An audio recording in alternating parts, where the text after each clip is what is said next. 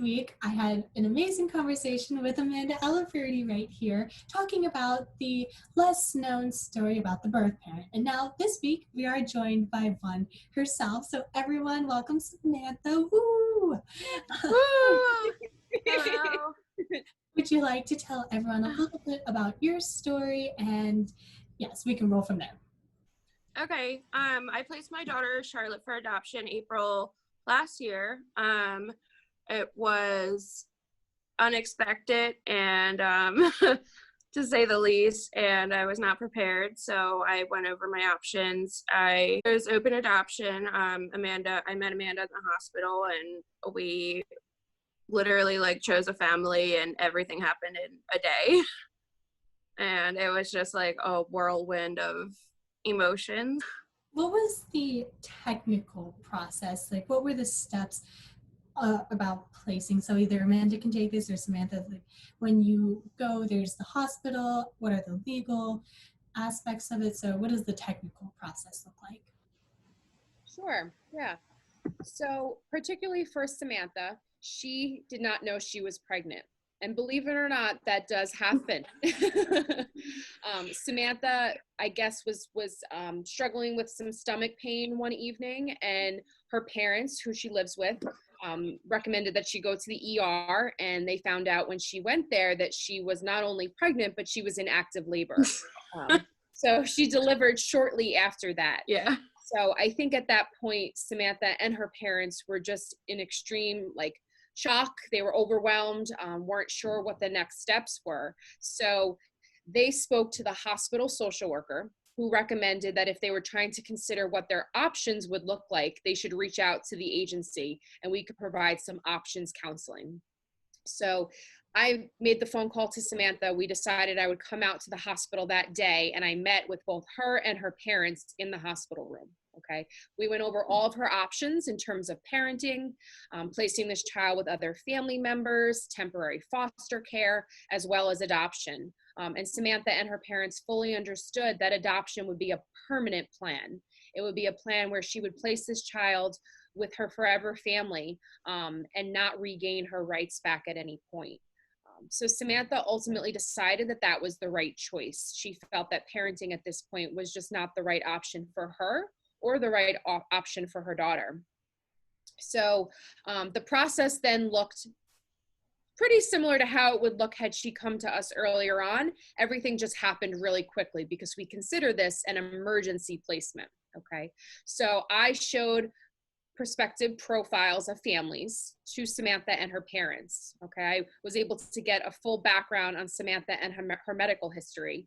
And we took all of that information and pulled families that matched her situation. I think we had maybe it was 10 or so profiles. I don't remember the exact amount. Oh my gosh, I feel like it was way more than that. More than 10? Yeah, it was I feel like it was 50 of them, but no, it wasn't that many, but there was a lot. Yeah, so she reviewed profiles and she ended up choosing a family from Virginia that she felt really connected to. So at that point, once a family was chosen, we started the process of getting the family ready to come to Delaware to do placement. Samantha signed off on all of her legal paperwork as per the state law that she resides in, which is Delaware. And then she had 14 days from the day she signed her paperwork at the hospital to change her mind. So theoretically, she could have changed her mind at any point during those 14 days. But she took that time to really thoroughly think through her choice. She had her parents' support, and she ultimately decided this was still the right plan. And then the child ended up being placed in the care of the family that Samantha chose. And then she continued to have an open adoption with this family of getting pictures and letters with updates of how Charlotte is doing, as well as having yearly visits. Thanks. And for some people that may be in the same boat or the same situation as you were, Samantha, what is the emotional kind of put us in your shoes on how you decided, just the mindful, because that must have been insane. I mean, I think it was probably a little different for me because it was unexpected and I didn't know that I was pregnant. So all of my, I've never had a child before. So giving birth was enough as it was, let alone like trying to think of adoption. I think it's like a gut feeling, like, like what is right, and you kind of like put yourself on the back burner for a second and you think of your child and what's best for them. And I was fortunate enough to have the support from my parents, and I mean, they were okay with whatever I decided, but we all knew like adoption was the best. So really just like, I don't know, it's a lot. It's a lot to process and to handle. And like for me, like I was so like, those few days were just a blur because it was just insane. Like before that, I didn't even really know like what open adoption really entailed. So I went from not knowing I was pregnant to having a baby, leaving the hospital, and then meeting the family a few days afterwards, and keep in contact with your social worker. Amanda really helped me with that. So Yes, you are so strong, 100%. To anyone out there that has a negative stereotype on birth parents, I urge you to watch the last video, because that is not the case, because we are here with Samantha and she's amazing. So also, there's so much growth through this process. And Amanda, if you would like to kind of just explain all of the experiences you've seen and if there's any trends. I think using Samantha's story as a platform is a really great start to this conversation. So, for somebody who has no awareness that they're even pregnant and what it is going to be like when you deliver that baby, all the way up until, okay, now she's making this adoption plan. She knows that this is the right decision for her child. It's such a transformation and a journey that you go through as an individual. Samantha, as you clearly can see, is one of the most selfless individuals you could ever meet. To be able to even take the emotions you feel to know that you want to do what's right for your child before anything else is so powerful. And I think for Samantha, she always knew that, and she continues to know that this is the right decision for Charlotte. But it takes time for her heart and her head to kind of catch up to one another. And there are moments that you go through even after you place where your head, maybe telling you one thing, that yes, she's in the right home, she's in the right place, she's being cared for and loved on, but your heart is pulling at her. So it's a continued growth, continued journey of you going through that grieving process, because Samantha did suffer a loss. She had to let go of her child for her own well-being. And that is just one of the most courageous decisions a human being can make. And even up until today, Samantha still has moments where it's not that she regrets her decision, but she's just really sad. And to see the person she is today versus the person she was when I first met her in that hospital room is just, the ultimate joy of my job, because Samantha has come so far. She's embraced open adoption. She's embraced her emotions. She hasn't just put them aside on the back burner and tried to move on with life. She's really trying hard to navigate those feelings and figure out how can she be proactive about becoming a better person, not just for herself, but for her daughter. So her daughter can look up to her and see all these wonderful things that she's done with herself since placing. So when you ask the question about growth, Samantha is clearly an example of what it takes for a birth parent to grow into this just amazing person who is not just a believer in open adoption, but truly supports who their child is. So Amazing. Oh, so obviously, especially for you, you did not know that this was even happening. So you were just living a normal life, and then all of this just comes piling at once. So what was it like getting back on your feet, and how has Adoptions from the Heart really been a key player in that? Prior to giving birth, I was out of work for like a year or so. I am like battling depression, anxiety. So I was in a really bad spot. And then after having Charlotte, it kind of was like a wake up call in a sense. Like, what am I doing? Like, I wasn't doing anything with my life, and like I was not motivated. I didn't really care. And so that kind of changed everything. And I made it like, I guess, my mission to like do something that Charlotte will be proud of. And so I started working. I'm at a great job, and Amanda's the biggest inspiration to me. Just having her support in the agency, monthly support groups, just everything that they do is amazing. And I just, if it weren't for Amanda, I don't know where I would be. Samantha came to our support group, I think it was like 2 weeks or a week after. Yeah, it was like a week and a half.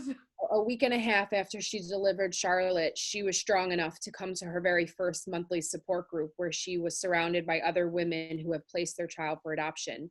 And she was scared and she was emotional and she didn't really talk much, but she came and she showed up. And from that point on, she has just developed into this inspiring individual that is now helping to mentor other women who are pregnant, considering adoption, or have recently placed and are really struggling. So again, her transformation of becoming this liaison to the agency and to other women and men who are going through the same experience she has is just truly inspiring. That is amazing. You are so inspiring. Both of you are just, you guys are amazing, hands down. Okay, I wanted to take a little second to discuss like the different roles in the adoption process. Obviously, you have the birth parents, you have the adoptive family, and then you have the adoption agency. Obviously, there was also someone else involved. So whatever happened to the father, and since it is an open adoption, can you kind of explain to those who may not be familiar with it what it's like to have that open adoption even years after? I was not with the father at the time, and so since I didn't know, he didn't know. So that call to him was very unexpected for him, I guess. But I knew that I couldn't parent. And then Amanda told me, like, legally, he has to know. Because I'm not gonna lie, I really didn't want him involved to begin with. He's a good person, but like I just felt in my heart that it would be better for Charlotte to place with the family that I had chosen. And so Amanda actually reached out to the birth father and explained everything that was going on to him and told him like everything that needs to take place, I guess. Yeah, and I mean that's always a difficult moment because most women feel the way Samantha's feeling at that point. They don't want to necessarily involve them, but yes, by law, we have to notify any and all possible fathers when an adoption plan is going on. And particularly for the birth father to Charlotte, I think initially he was just as shocked and overwhelmed as Samantha was. He immediately stated that he actually wanted to parent, so he was exploring that option at first. And things were looking like it was going to move in that direction. But then I think the more he learned about open adoption and the options he had, he ultimately decided to move forward with the open adoption. He did meet the family himself as well. And we are able to coordinate an open adoption for him in addition to Samantha. So the family will send pictures and letters to Samantha, as well as a second set that we can send to the birth father. And then having visits is an option in the future for him as well. He has not participated in that piece yet, but he knows that that's an option in the future if he wants it. That's awesome. Well, I think we definitely covered a lot. So I guess to bring it full circle around, do you guys have any pieces of advice for anyone that's watching this who may be in the same position? Just any tips from you? I just want to say, like, Adoptions from the Heart is such an amazing agency and organization. Everything that they do, there's no pressure. Like, they give you all of your options, whether it be adoption or not. They'll like counsel you through everything and make sure that you're making the right decision for you and your child. So reaching out is definitely either you're getting advice or like information. They're going to be with you through everything and years to follow. And just reach out to maybe other birth parents, any support that you have, and don't be afraid to talk about it. Because I was nervous. I didn't want like really anyone to know in the very beginning because I was still like processing my feelings. And now I'm like, I'm gonna tell everyone, and I'm so excited to like talk about her all the time. And just really go with your gut feeling, and you're gonna know that it's the right thing for your daughter or son. Yeah, and just to kind of piggyback off of what Samantha's already said in such a wonderful way, I think that many people associate adoption with the beautiful moment of being placed with a child, and right, the idea of families building their family through adoption, and those things are all wonderful. But I think it's also important to remember the unheard voice of a birth parent. And my hope is that through projects like these that you're doing, we can make more awareness to the amazing individuals like Samantha, and people can see that a birth parent, particularly a birth mother, is just like anybody else. And the strength that she has had and continues to have for her daughter is a true inspiration to everybody. And I think that if people can really understand that facing an unplanned pregnancy at any point, whether it's the beginning of your pregnancy or the moment you get to that hospital and find out you're in active labor, is really scary. And trying to navigate and figure out what to do is really challenging. And our agency's job is not to take your child and place your child for adoption. Our job is to help advocate for you and support you in what you believe is the right decision for your child. And that's what we're about. We're here to really just help facilitate what you want for your child. And, you know, our agency is so proud of people like Samantha who continue to voice their experience, help other people, and just spread more awareness about adoption to the community. So, you know, thank you to Samantha, and thank you to you for doing projects like these so we can make more awareness. Absolutely. I just want to add one more thing. A lot of the birth mothers that I've met, they don't have support like I do. So I just want them to know, people who don't have support, if you're going through this agency, you're not alone. There's someone that will be there for you, whether it's other birth parents that you meet through them or your Amanda counselor, the agency. You're not going to be alone in this, and everyone wants what's best. Absolutely. So powerful. Everyone is in this fight together. We're all humans, so we're all family, whether you like it or not. So everyone's in this together, as High School Musical says. All right. Well, I wanted to thank you guys all for coming on the call. All right.